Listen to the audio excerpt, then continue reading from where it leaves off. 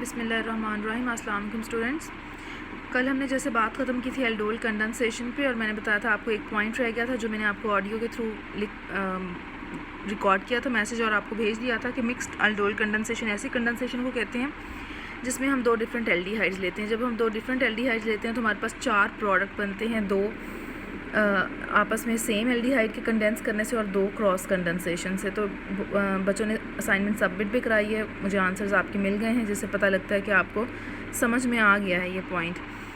अच्छा, असाइनमेंट का कुछ ये है कि आप जिस दिन लिखते हो उसी दिन आप मुझे सबमिट करा दिया करें। ये मेरे लिए मुश्किल हो जाता है कि आप अक्सर जो पिछले दिन के क्वेश्चन होते हैं वो अगले दिन पे पोस्ट कर रहे होते हो, तो कोशिश किया करें उस दिन पे कंसर्न क्वेश्चन ही आए और नेक्स्ट लेक्चर स्टार्ट होने से पहले पहले आप पिछली असाइनमेंट को कंप्लीट कर लिया करें। ओके जी, नेक्स्ट चलते हैं एल्काइलेशन ऑफ इनोल्स पे।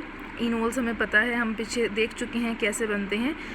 कीटोन्स के अल्फ़ा हाइड्रोजन को अगर रिमूव कर दिया जाए तो इनोल बनता है। इनोल हमारे पास तब बनता है जब एसिड मौजूद हो, अगर उसके साथ बेस यूज़ की जाए तो बेस के साथ हमने देखा था वहाँ इनोलेट बनता है। प्रोसीजर आप देख चुके हैं बनने का। यहाँ पे जस्ट उसने रिएक्शन लिखा है, सोडामाइड यूज़ किया गया है विच इज़ अ बेस, और साथ में कीटोन लिया गया विच इज़ एसिटोफिनोन। इसका अल्फ़ा हाइड्रोजन एसिडिक होता है, ये बेस इस प्रोटॉन को पिक करेगी, प्रोटॉन पिक करने के बाद कॉन्जुगेट बेस बन जाएगी विच इज़ कॉल्ड इनोलेट आइन। यहाँ नेगेटिव चार्ज है, ये नेगेटिव चार्ज नेक्स्ट किसी भी इलेक्ट्रोफिलिक सेंटर पे अटैक करेगा। हमने यहाँ जो लिया है वो मिथाइल आयोडाइड लिया है। हमें पता है iodide is electronegative, it withdraws electron density. यहाँ पार्शियल नेगेटिव होगा, कार्बन के ऊपर पार्शियल पॉजिटिव होगा। सो दिस नेगेटिव चार्ज और this enolate ion will act as a nucleophile, it will attack on any electrophile, electrophilic centre पे attack करेगा, ये group leave कर जाएगा। तो हम देख रहे हैं कि यहाँ CH2 पे एल्काइल ग्रुप इंट्रोड्यूस हो गया है। तो in this way you can do alkylation of the enols. Synthesis में कई जगहों पे ऐसे रिएक्शन की हमें ज़रूरत होती है जहाँ हमें एल्काइलेशन या कार्बन चेन को बढ़ाना होता है, तो वहाँ पे ये रिएक्शन काफ़ी हमारे लिए बेनिफिशियल हो सकता है कि हम इससे ईज़िली चेन को बढ़ा सकते हैं। नेक्स्ट लास्ट टॉपिक है एल्डिहाइड्स कीटोन्स का। लास्ट पॉइंट है distinction between aldehydes and ketones. अच्छा, डिस्टिंक्शन में हम पहले भी बात कर चुके हैं, जो मैंने रिएक्शन आपको पढ़ाए थे, जैसे टॉलेंस था, फैलिंग था, बेनेडिक्ट था। ऐसे रिएक्शंस हैं जो एल्डिहाइड्स और कीटोन्स को एक दूसरे से डिफरेंशिएट करते हैं। उनमें पहला रिएक्शन अगर आप देखें तो यहाँ लिखा हुआ है 2,4-डाइनाइट्रोफिनाइल हाइड्राजीन। हमने हाइड्राजीन के साथ कीटोन के रिएक्शन देखे हैं।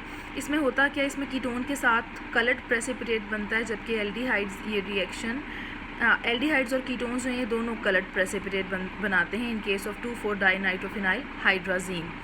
तो इसमें हम इन दोनों के बीच तो डिस्टिंग्विश नहीं कर सकते। हाँ, अलबत्ता एल्डिहाइड्स और कीटोन्स को बाकी ग्रुप से डिफरेंशिएट कर सकते हैं बाय यूजिंग 2,4-डाइनाइट्रोफिनाइल हाइड्राजीन। सेकेंड रिएक्शन सेकेंड पे अगर आप देखें तो टॉलेंस है, फैलिंग बेनेडिक्ट जो मैंने कहा था ऑक्सीडाइजिंग एजेंट है, mild oxidising agent which can only oxidise the aldehydes but not the ketones. So these reactions could differentiate aldehydes from ketones. कैसे डिफरेंशिएट कर रहे थे, टॉलेंस में सिल्वर डिपॉजिट हो रही थी, फैलिंग और बेनेडिक्ट में ब्रिक रेड प्रेसिपिटेट बनते हैं। तो आप रिएक्शंस के साथ इसको पूरा लिखेंगे ताकि अच्छे से वाजे हो जाए कि कैसे एल्डिहाइड्स कीटोन से डिफरेंशिएट किए जाते हैं। इंपॉर्टेंट क्वेश्चन था, मैं आपको पहले भी बता चुकी हूँ, तो ये आप अच्छे तरीके से तैयार करोगे। थर्ड पे पॉइंट लिखा है कि हम एक आयोडोफॉर्म टेस्ट भी कर सकते हैं, ये भी हमने हेलोफॉर्म रिएक्शन में पढ़ा है। जहाँ मिथाइल कीटोन्स होंगे वहाँ हम आयोडोफॉर्म परफॉर्म कर सकते हैं, और एल्डिहाइड्स के केस में सिर्फ एसिड एल्डिहाइड ऐसा एल्डिहाइड है जो आयोडोफॉर्म टेस्ट देता है, अदरवाइज़ और कोई एल्डिहाइड आयोडोफॉर्म टेस्ट नहीं देता। तो हम कह सकते हैं कि एल्डिहाइड्स में सिर्फ एसिड एल्डिहाइड हम डिफरेंशिएट कर सकते हैं बाकी एल्डिहाइड से, जबकि जो कीटोन का केस है उसमें सिर्फ मिथाइल कीटोन्स डिफरेंशिएट किए जा सकते हैं बाकियों से। यहाँ चैप्टर हमारा कंप्लीट हुआ। आज मैं चाह रही हूँ कि आपको नेक्स्ट चैप्टर भी स्टार्ट करा दिया जाए, तो वो मैं दूसरी वीडियो में स्टार्ट करती हूँ। नोमेनक्लेचर का चैप्टर है।